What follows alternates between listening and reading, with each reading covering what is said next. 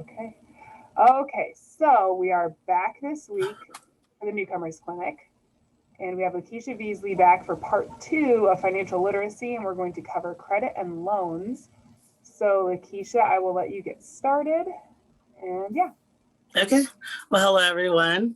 I will try to be brief. And if you have any questions while I'm doing the presentation, please go ahead and just engage and ask the question in the moment rather than waiting at the end.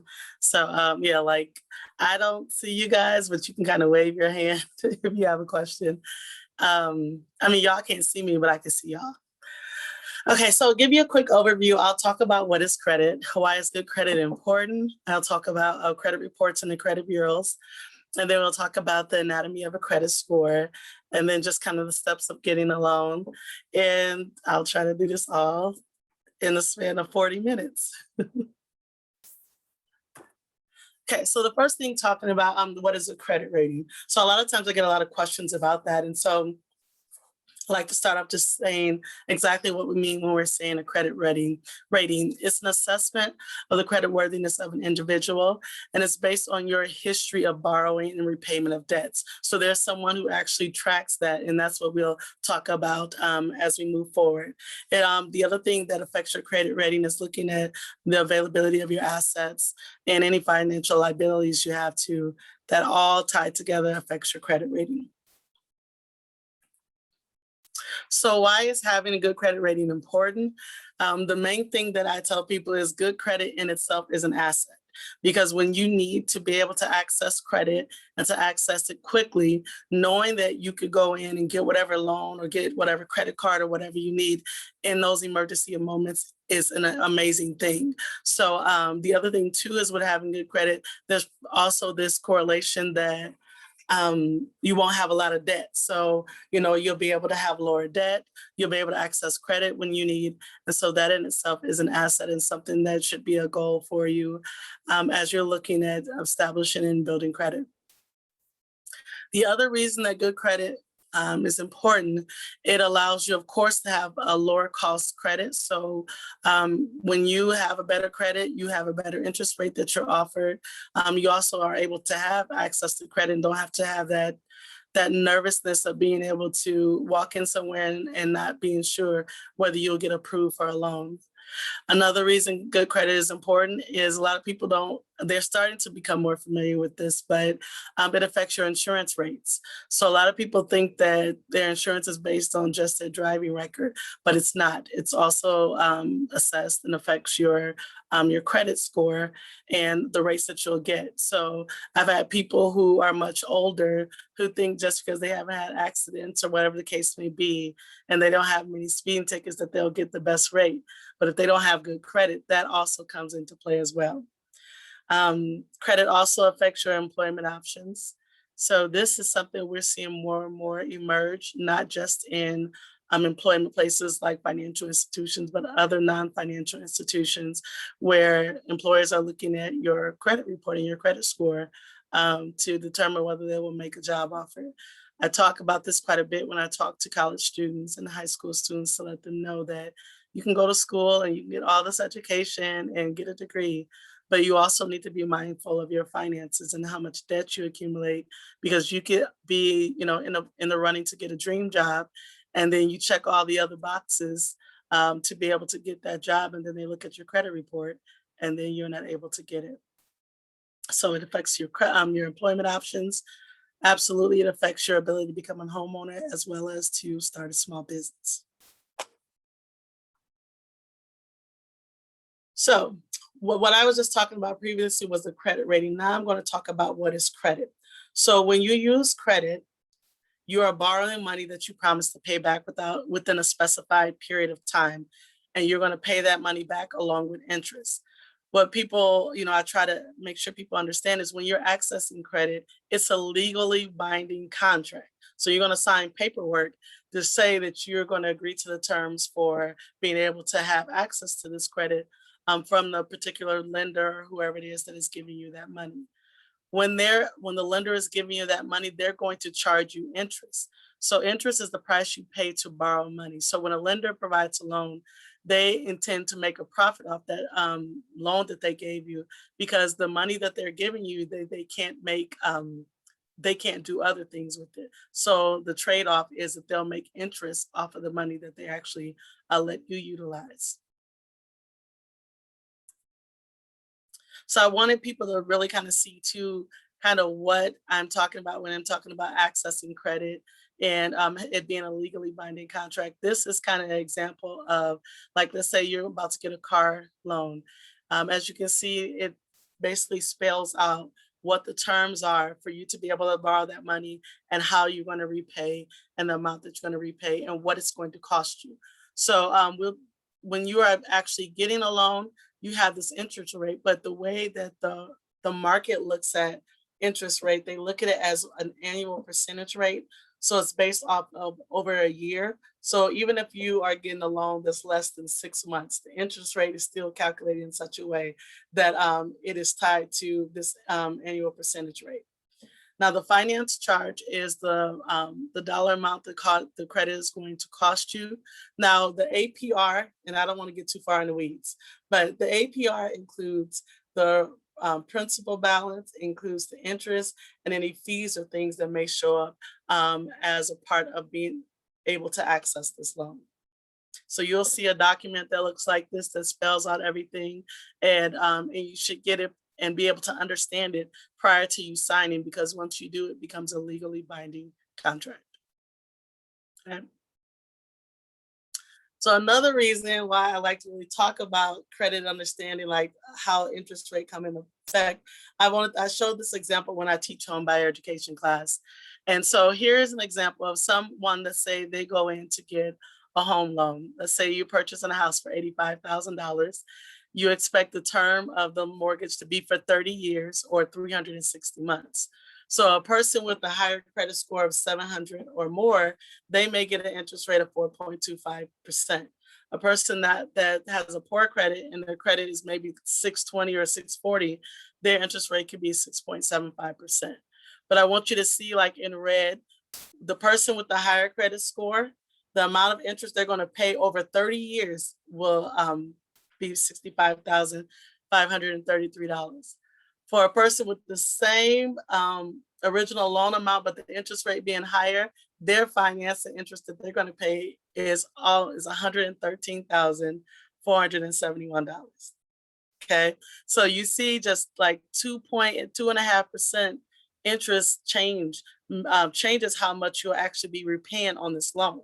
Now, if you're also looking at what the monthly payment is going to be, for the person with the 700 credit score, the monthly payment is $418.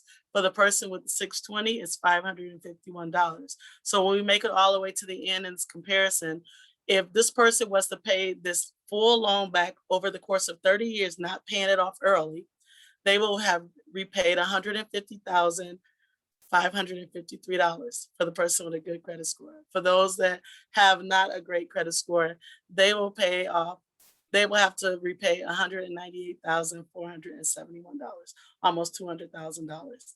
And this is all starting back from the original loan amount of $85,000. Does that make sense? Can y'all shake your head? Okay. All right. Adriana, you got a question? Go ahead. Okay. So if the person gets a higher credit score during the time that they have their home loan, can they refinance it? Would they get the better interest rate?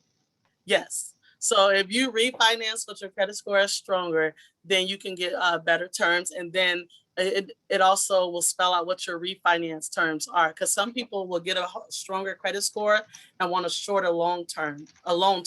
So they may say, I want to do this in 15 years rather than 30 years. What I tell people to, if you get a 30-year loan, you don't have to just pay it off. You're not obligated to pay it off in over 30 years. My mom got a 30-year loan and she paid her house off in 17 years. And so she just paid an extra $40, $50 sporadically out through the year as she could. And it lowered the principal amount, because understand, interest is charged against the original principal amount. So if you are making payments and it's bringing down your principal balance, which is your original loan amount quickly, then the amount of interest will be less. Make sense? So yes, so we often tell people, when you become a homeowner, that doesn't mean that you stop trying to work on your credit. You always want to have that strong credit score. So like you said, the interest rates are like historically low right now. And so you can refinance and try and definitely get a cheaper rate. So the amount of interest you'll pay is a lot less and your monthly payment can become lower unless you want a shorter loan term. So good question, Adriana. Okay. So another thing I like I to have talk another about. one. Okay, Sorry, go ahead. Lakeisha. No, go ahead. Can you give us at the end the information about the home buyer classes? So the home at the end give you information about the home buyer education classes. Mm-hmm. So it's kind of interesting because right now I don't know what the Waterloo Housing Authority is going to do because of one of their staff passed away and she was the one that was over it. So we just kind of been talking to see how we could still try and maybe do it at the end of the year. So I will let you guys know. I can send it to Tracy and maybe she can, share once we know, because right now they don't know if they'll be able to have a class for this year because the instructor has to be certified by HUD, and that takes some time. Okay. And they don't have anyone else in their office to do it. Okay. Yep. Okay. So now talking about credit, the other thing, we talk about credit score, we'll be talking about credit reports and credit scores, but I like for people to understand too, that, when you walk in to get a loan, your credit score is important, but also the amount of debt you actually have is very important as well. We as lenders look at this thing called debt to income ratio. So you could have a 700 credit score, you could have an 800 credit score, but if you have a high debt to income ratio, you could be denied a loan. So the debt to income ratio, it's a loan finance measure that compares your monthly debt payments to your gross monthly income. So if you look at kind of like the picture, they look at what your monthly debt payments are and divide it by what your monthly gross income is, and then basically multiply it by 100 to get a percentage amount. Okay, so this is something that's really important. If you have credit cards or lines of credit, if you go in and apply for a loan and the balances are zero, we won't include them in your debt to income ratio. But if you have an existing balance when you come in on any credit card or any line of credit, then it's going to be included in your debt to income ratio. Okay. So I want to give you this visual. I like to explain and then give examples. So let's say this person here has $30,000. They make $30,000 a year.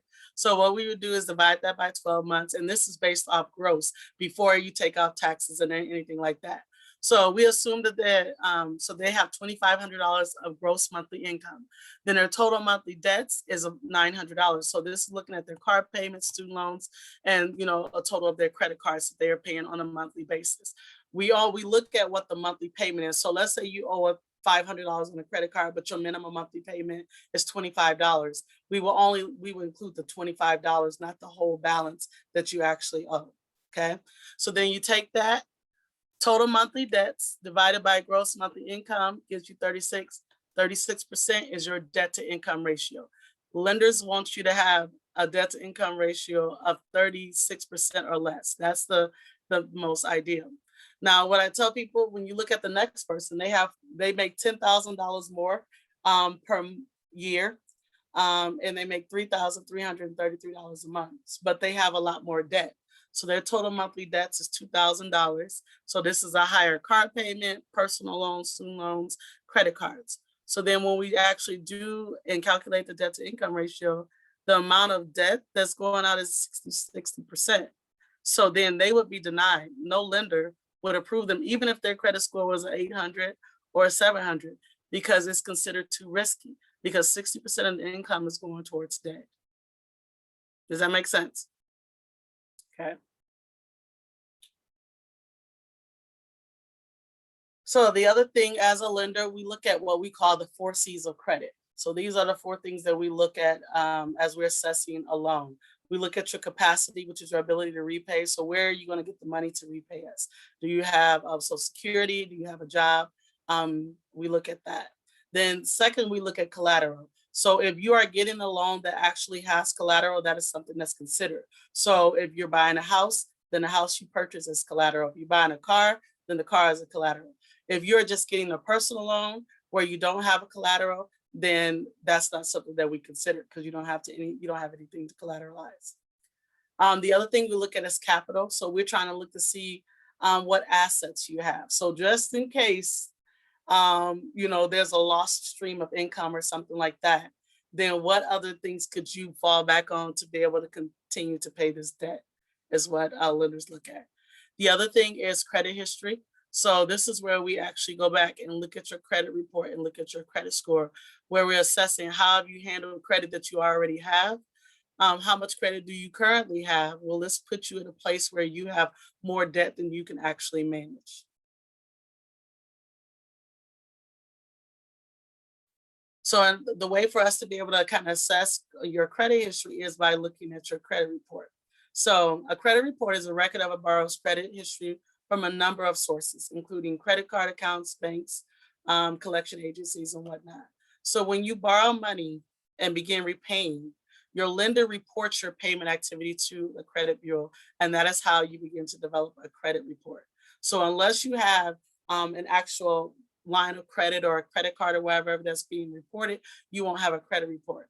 Now, I will say in the United States, you have to be 18 to get into a legally binding contract. So anybody before 18 is probably not going to have a credit report. So when they get into the credit game, they may more than likely will need a cosigner who has some history or credit report to be able to build their credit. So we see a lot of times where parents will cosign on the car or cosign on a small credit card to help their kids be able to build credit, but they have to be 18 or older to be able to do that.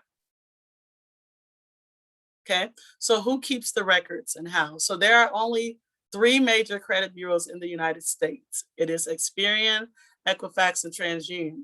These are the recognized credit bureaus, but there are entities that buy this information and will have it out on the internet. And that's what people kind of get confused. Like you'll see freecreditreport.com and all these other places where they say that they will give you access to the information. Well, they're purchasing that information from these 3 major credit bureaus. Okay. So think about this, only three credit bureaus handled millions of people's credit reports. So it's a daunting task. And you as the individual have to be really watchful and make sure you understand what's happening with your credit report, because 70% of credit reports have errors on it. Okay, so how are we keeping those records?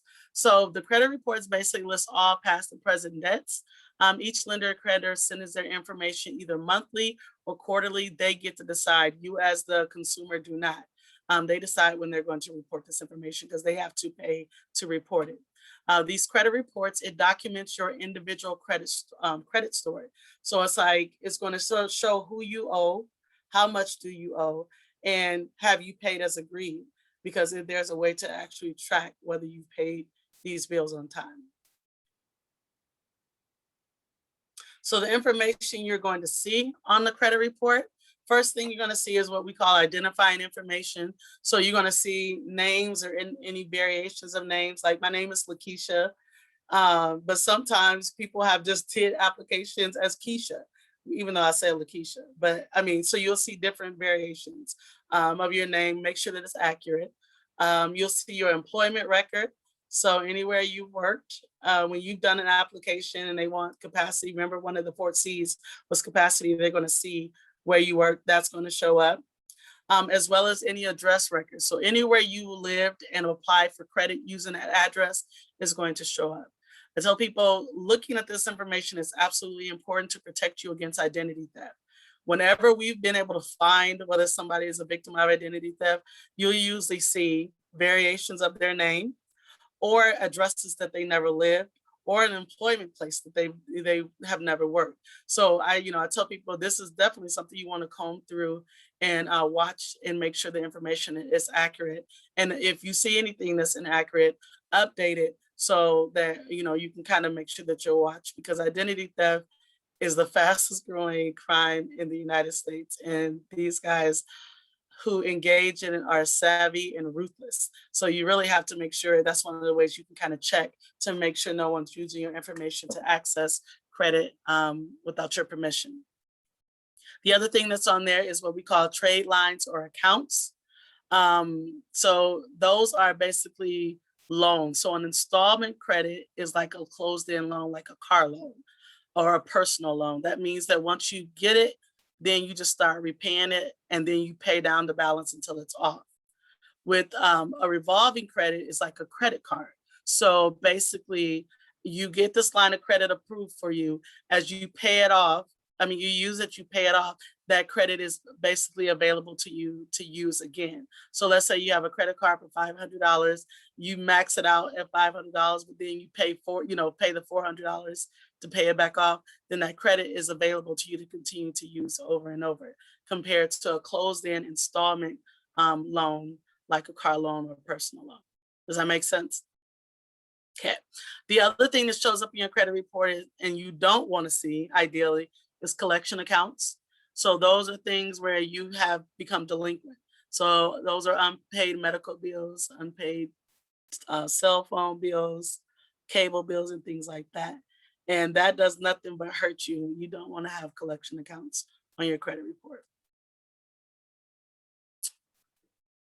Another thing you'll see on your credit report is what we call inquiries. And this is whenever you go and apply for credit, the person that is extending you credit has to look into your credit report, and they have to share their information to say that they have looked into your credit report. So you are authorizing this creditor to ask for a copy of your credit report. In the bottom, there's going to be a list of all the people who's asked for your information. So you have two types of inquiries that can show up on your credit report. So the hard inquiries are the ones where you are trying to get credit. So at the end goal for you is to get approved to be able to utilize some type of credit.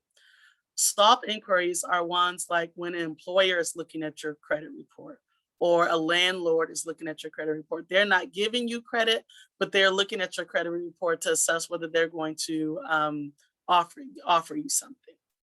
So that's the main difference. Hard inquiries is when you are looking to utilize credit.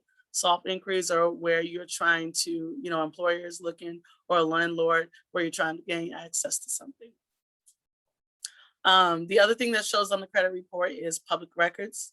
So if you have any small claims judgments, any tax liens or bankruptcies, it's going to show under public records, and you don't want anything under your public records section on your credit report. Okay, so now I want to go back and talk a little bit about like the trade lines of what we call accounts, because there's a lot of information that's being reported for each individual account that shows up on the credit report. Okay, so when you see, let's say you buy a car, and we're going to just use Veridian. So we would list our name. Veridian is the original creditor. The account number that's associated with your Veridian loan will be listed. The open date when we actually open the line of credit for you, it's going to be listed. It's also going to list what type of credit it is. So if it was a credit card, it would be revolving. If it was a car loan, it would be installment. The other thing that's going to be included under this one account is whether what the original loan amount is or what the original credit limit is. It will also tell you, once you pull the credit report at that period of time, what your current balance is. It'll tell you about the account, whether there's ever been any late payments. So if you've ever been 30 days, 60 days, or 90 days late, it's going to show up on the credit report, and that's going to hurt you. The other thing it shows is whether it's an open account or a closed account. And it also will tell you who opened or closed it. If a creditor closed your account, that's probably not a good thing, because there's probably some issues with delinquency or defaulting. As a borrower, you can decide to close an account because you no longer want it, but it will identify who is the one who closed it. The other thing that it shows on though is whether this account is an individual account or if it's a joint account. So if you're married and you both applied for this account together, then it's going to show as a joint account. If you did it alone, it'll be labeled as individual. So I hope you guys can see this. I tried to give a visual to see a credit report example. So at the top, you see there's your personal identifying information, social security number, birth date, address, things like that. It shows your employment. So if you had 4 or 5 jobs, it's probably going to show up there, the name of the employer and the date range in which you work there. Any public records, it's going to show up. Collections. But I want you to go down and look at where it says credit accounts. This is where I was talking about trade lines or accounts where it spell out how you've handled the account. So each of these individual accounts, oh, I don't like this, I can't see it. But it shows the account number, it shows the date opened, it shows if there have been any, the date of last activity, what the balance is. Most of these credit reports have the standard information to disclose. Now, the other part where it says requested credit files, this is where you will see a list of inquiries. So if you came to Veridian and asked for a loan, we're going to show up under inquiries that we actually looked into your credit report to determine whether we would extend a loan to you. Okay, so this credit report is a single, what we call a single file credit report.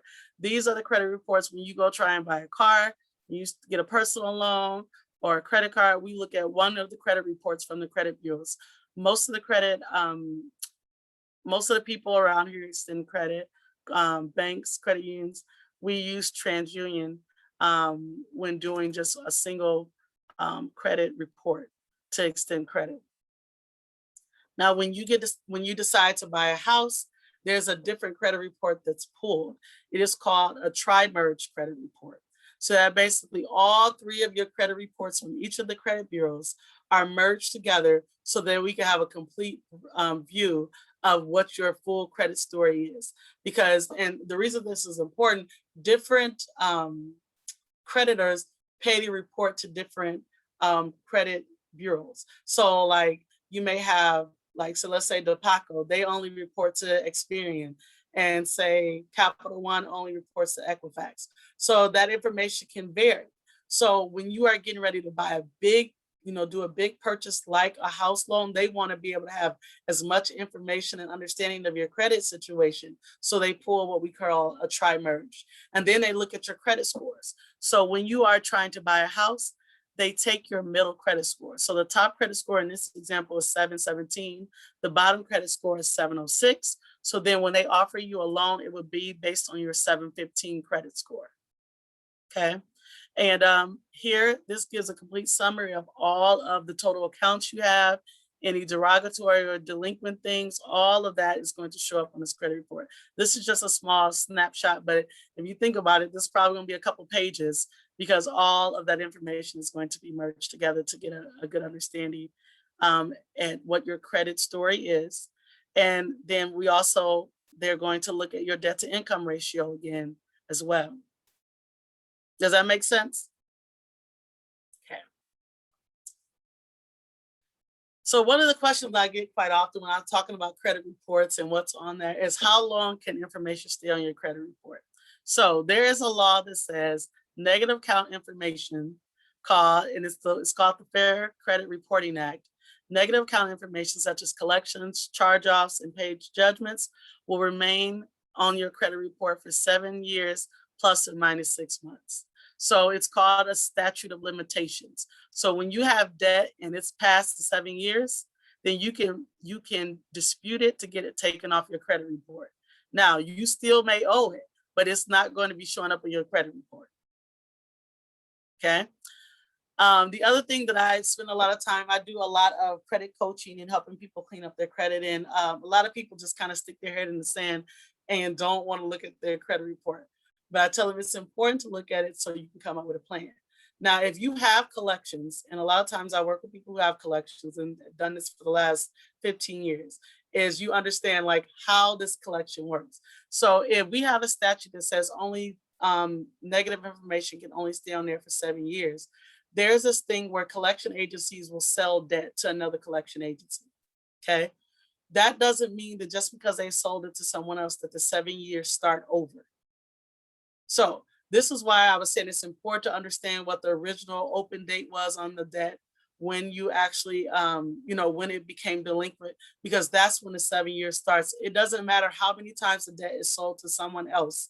because, you know, third-party collectors like a CBE group, they sell debt over and over to different ones trying to collect to see who they're going to collect.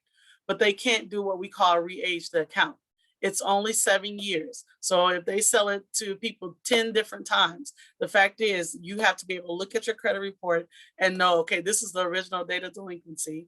I got 7 years from that date. It doesn't matter who has it. I can dispute it after 7 years and get it taken off. Does that make sense? I did a really, you know, succinct thing. A lot of times people have a lot of questions about it. And so, oh, I do have this example where it says original creditor report the open date in 2000. The first date of delinquency was in 2001. So that is when the clock began ticking. So it's the first date of delinquency that the 7-year statute of limitation works for collections and charge-offs and things like that. Okay. I have a question. Go ahead. So do you help, what would you recommend, how do I word it? So people know how to deal with collection agencies, especially when they don't speak English. I would definitely say have someone there to be able to support them. I don't know very many third-party collectors that have Spanish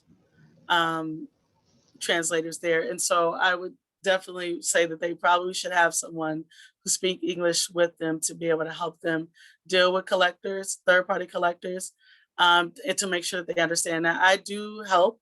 I don't have, you know, anyone. So like Adriana, if you came in with someone and to help them, yes, I could talk to you and we could go through and I can help them with being able to deal with third-party collectors, because there are laws that protect us as consumers, even though we have these collections. You know, it's the law that protects, it's called the Fair Debt Collection Act. And so it sets parameters around what third-party collectors can do to be able to get you to pay debt, right? And so that's a whole, I could teach a whole nother class just on that, because there are a lot of things that you have to know as a consumer to be able to protect yourself and understand the third-party collectors. Everybody has a job to do, but theirs requires you not to they need laws to keep them in place, because they will try to collect at any means necessary because they get a commission on it. And so I've heard some really egregious and horrible things that people have had because, you know, a third-party collector has promised them, okay, if you pay this, they will forgive the debt, and then they wipe out their savings account or their checking account. I mean, there's a number of things that, you know, that they've done. So I would say anyone who's dealing with a third-party collector, I would definitely, I know this sounds a little weird, but I like negotiating because I know what they can and can't do, and I would help them and support them to make sure that they're not being taken advantage of, and reminding them that, you know, even though you owe this debt and you may become delinquent, that doesn't mean people get to treat you any kind of way and threaten you and harass you or all these different things or deceive you. So that would be my thing, is have someone with English to be able to understand, and then someone to be able to translate so they know that they're not being taken advantage of.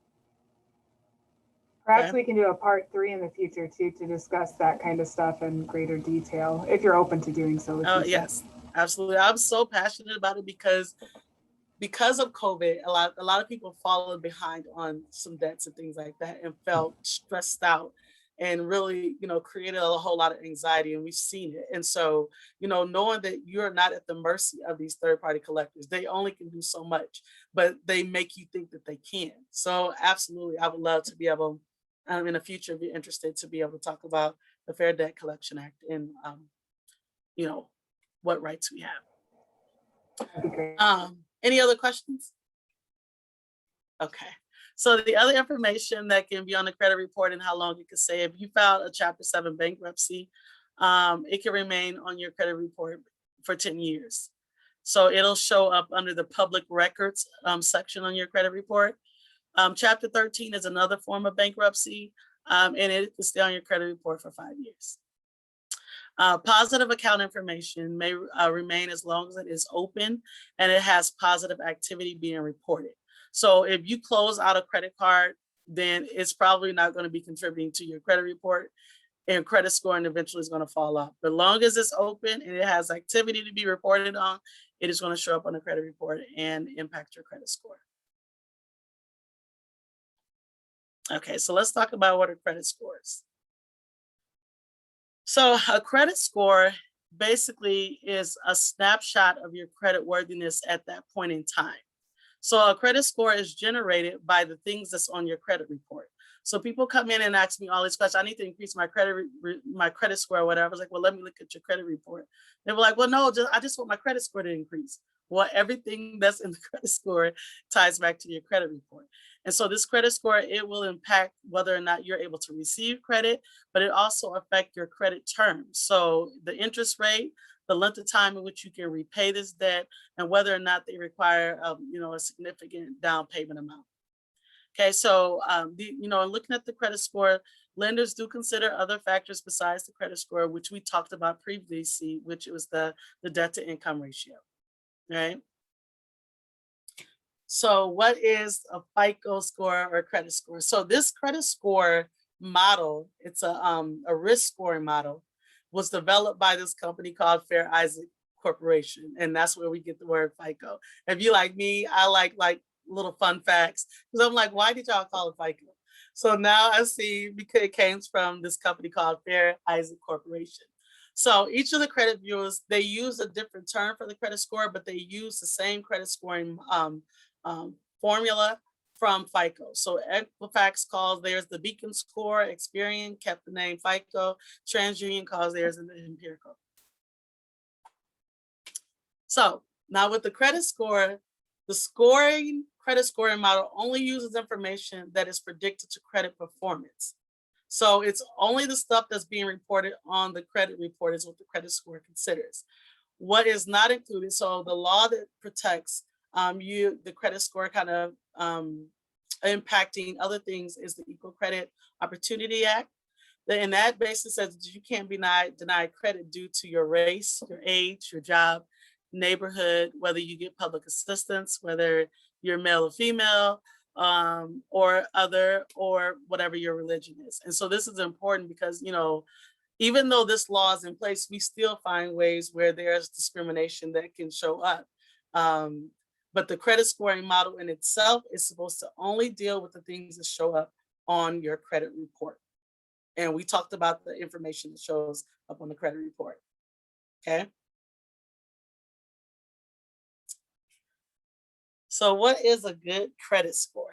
So most people in the United States fall into let me ask you, which of these colors on the rainbow, between red, orange, yellow, I guess this is turquoise, and blue, which one do you think most people fall into in the United States, the average American? Identify by color. Orange? I'm going to say orange too. Yep, you are correct.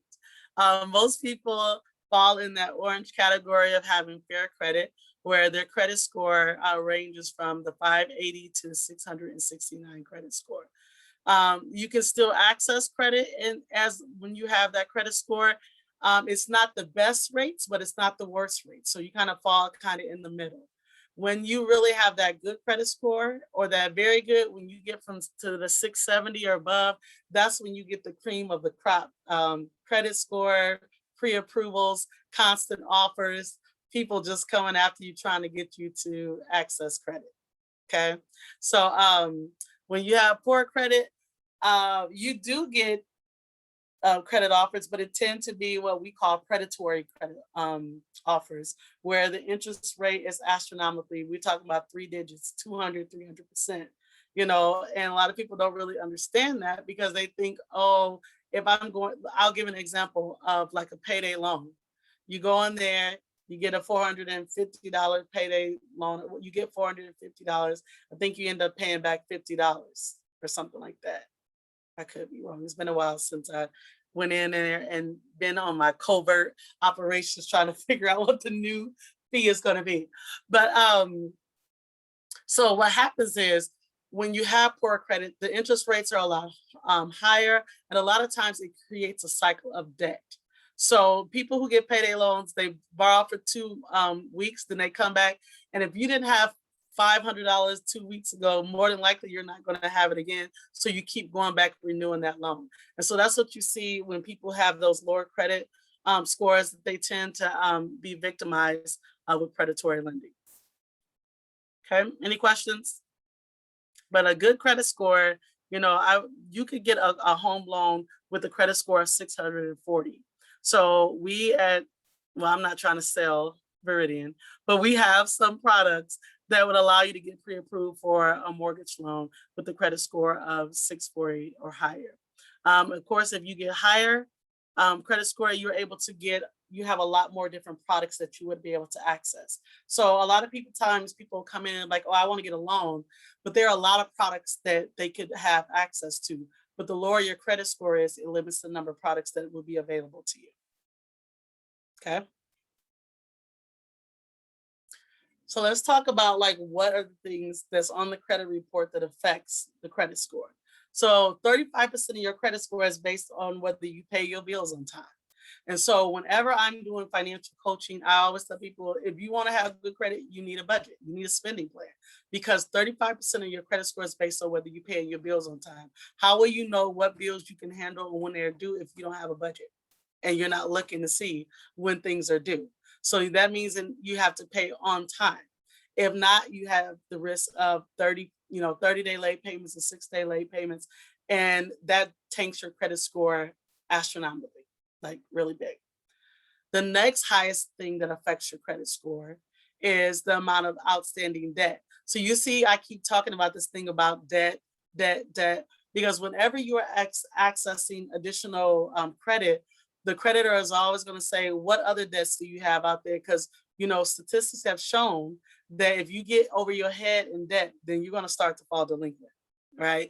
So the main thing is, when I'm helping people prepare for their credit, I tell them you need to have a budget, make sure you're paying your bills on time, and pay down any debts that you have. So if you think about this, 65% of your credit score is tied to paying bills on time and not having a whole bunch of debt.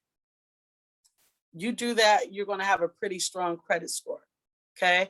The other things that affect the credit score is 15% of your credit score is based on the length of time you have credit. So the earlier you get in on the game of credit and handle it responsibly, the better. So, I'm not a huge advocate to have kids have credit cards at 18 and 19, unless they have somebody who is monitoring. But the longer you have credit history, the more a lender likes that, because they can see how you've had different types of credit over a long period of time. And so to them, they have a better picture of how you're going to handle credit. The other thing that affects the credit score, 10% of your credit score, is based on how much new debt you are incurring. So I do a lot of conversation with members around Christmas time when they're offered a whole bunch of credit cards to save them 10% or 20% or whatever. I tell them, when you start opening up a whole lot of credit cards in a short period of time, it's going to hurt your credit score, because you look desperate for credit. And any point of time, you can max out those credit cards, and the risk scoring model takes that as risky, right? You're buying all of this stuff in a short period of time on this credit, and the credit, the actual interest rates on most credit cards are in the double digits. So unless you're going to be able to pay it off, you're going to be paying a lot more towards interest rather than principal. How am I doing for time, Tracy? We have about 10 more minutes, but if you go slightly over, that's okay too. So okay. All right, the other thing that affects your credit score is 10% of the credit score is based on the types of credit currently in use. So you don't want to have all credit cards, but you don't want to have all closed-end loans. So you want to have a small, healthy mixture. So if you have a car loan and a credit card or two, that should be good. Or if you have a house loan, a car loan, and maybe 1 or 2 credit cards, and you keep those balances low and you pay on time, that is how you see the credit score really build up. A lot of times people get in trouble with this because their credit usage. So the available credit, let's say they got all their credit cards is $5,000 of available credit to them. And if they're carrying balances each month, and so the balances total up to be $4,000 or $3,000, then that's a high credit usage. So then at any point in time, the lender is assessing and the credit scoring model is assessing, you can't pay this off. It's taking you too long to pay down these balances. So you probably shouldn't be accessing credit anymore, or you know what I mean, make sure you pay these off. So what I tell people, try and keep your balances at 30% or less on your credit cards if you can't pay them off. Don't max them out and don't keep it at 50%. Okay. All right. So any questions? Because now I'm going to talk about, you know, we talked about credit reports, we talked about credit scores, debt to income ratio. Now I'm just going to give you a quick run through of the steps on to get a loan. Any questions, comments, or anything like that? Okay. So now, this is Keisha's idea of steps to getting a loan, right? So the first thing I tell people before you go out and get a loan, decide how much you need. Because just because you can get approved for a lot more, understand, get only what you need. So because what we talked about earlier, your credit information is based on your gross income. We know that that's different than what you bring home, which is your net income. So you need to think about, okay, how much do I need and how much can I reasonably afford based on repaying it back? So if you're grossing let's say $3,000 a month, but you're only bringing home $2,200 a month because of taxes and all these other things that may come out of your check, then the affordability is different. So sit down, really understand what you can afford and what you need. The other thing is, before you go talk to a lender, check your own credit score out and look at your credit report. So if there's any errors or anything on there, you can get that taken care of before you're denied. So you want to make sure everything is accurate and you can walk in with confidence, knowing what your credit score is, knowing what your debt load is, and all those different things. Okay. The next thing is, if your credit score is lower, you can take the steps to improve it before you actually get the loan, just because of how you could be denied the loan, or the interest rates could be, a lot higher because your credit score is not as strong. So one of the ways you can improve it really quickly is pay down your credit card balances or pay them off if you can. Pay any past due amounts and make all your payments on time going forward. And don't apply for new credit until you've taken care of it. The other thing is assessing your debt to income ratio. So again, very simple calculation. Look at what your monthly debts are, divide it by your gross income, and then multiply by 100, and that'll give you the percentage that you are. When you go to a lender, you don't have to ask them to pull your credit report right away. You could call and just say, hey, I want to understand, what do I need for a credit score? And could you help me calculate what my debt income ratio is? And any lender loan officer will know what it is, because we all know it's an industry term. So, they can help you actually do the calculations or whatever, so you'll know what it is going in. So if your debt to income ratio is too high, pay down. And if you have zero balances, so if you don't have a balance, that is not included in your debt to income ratio and would allow you to be able to have, a higher credit limit amount or more of a larger loan. The last thing is research personal loan interest rates. So just research interest rates, period. So by law, lenders do publish what their APR interest rates are for different products like personal loans, credit cards, and house loans and things like that. So you can get that information without giving your social security number and having them pull your information.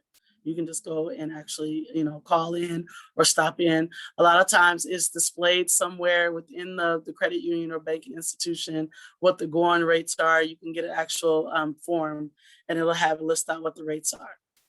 But, do your research and be able to ask questions. And because a lot of times what I found is sometimes people will go in and they're trying to get a loan and they just want a yes. They don't care what they're offered, and they could probably get a better rate if they ask some more questions or, see if there's another product that would better fit them.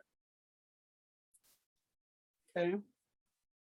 So I wanted to give you a visual to kind of see what it looks like when you're accessing different loan products and what interest rates. So if we look at the bottom where you have that credit score of 740 or 850 for a house loan, you get the lowest interest rate, 3.8%. Car loans, 3.2%.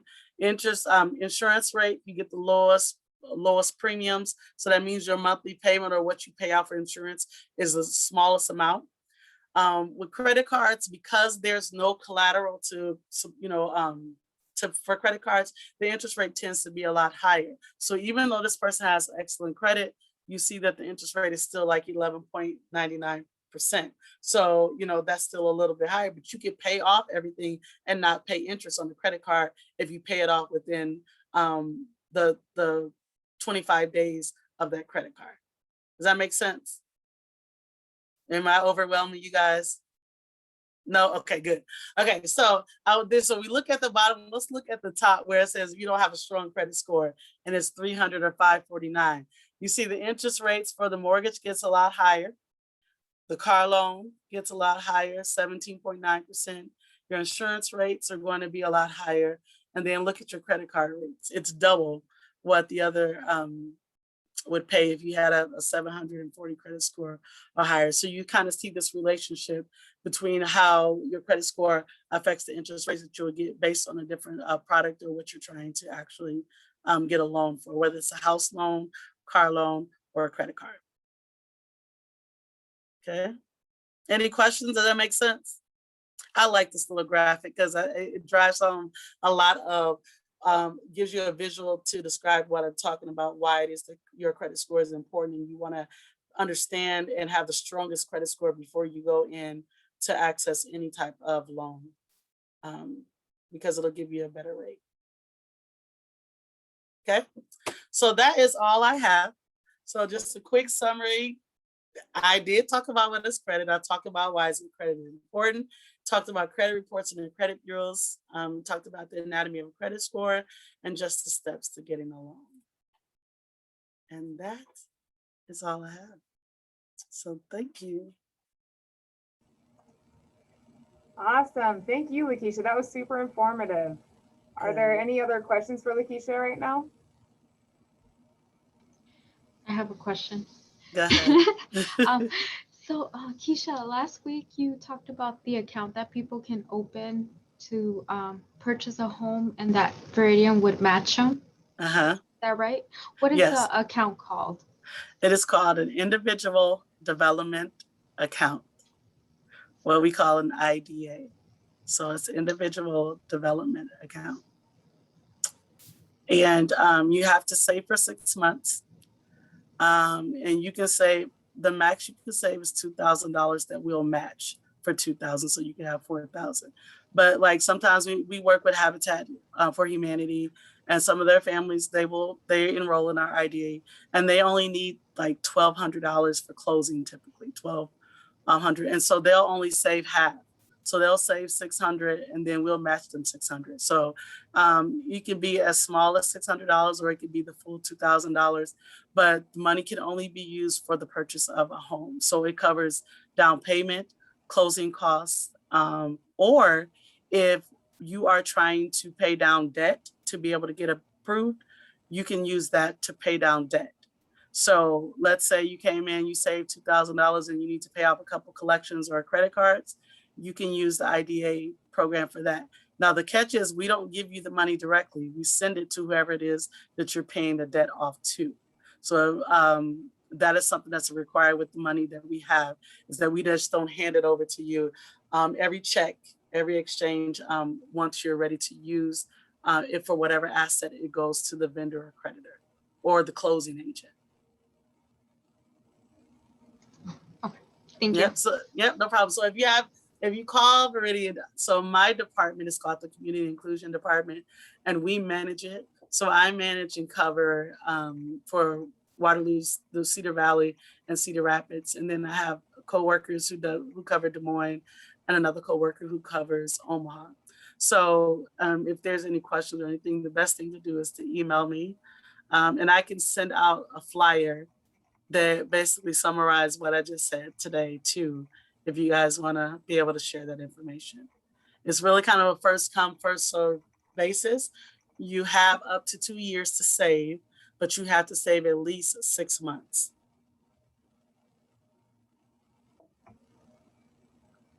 Awesome. Okay.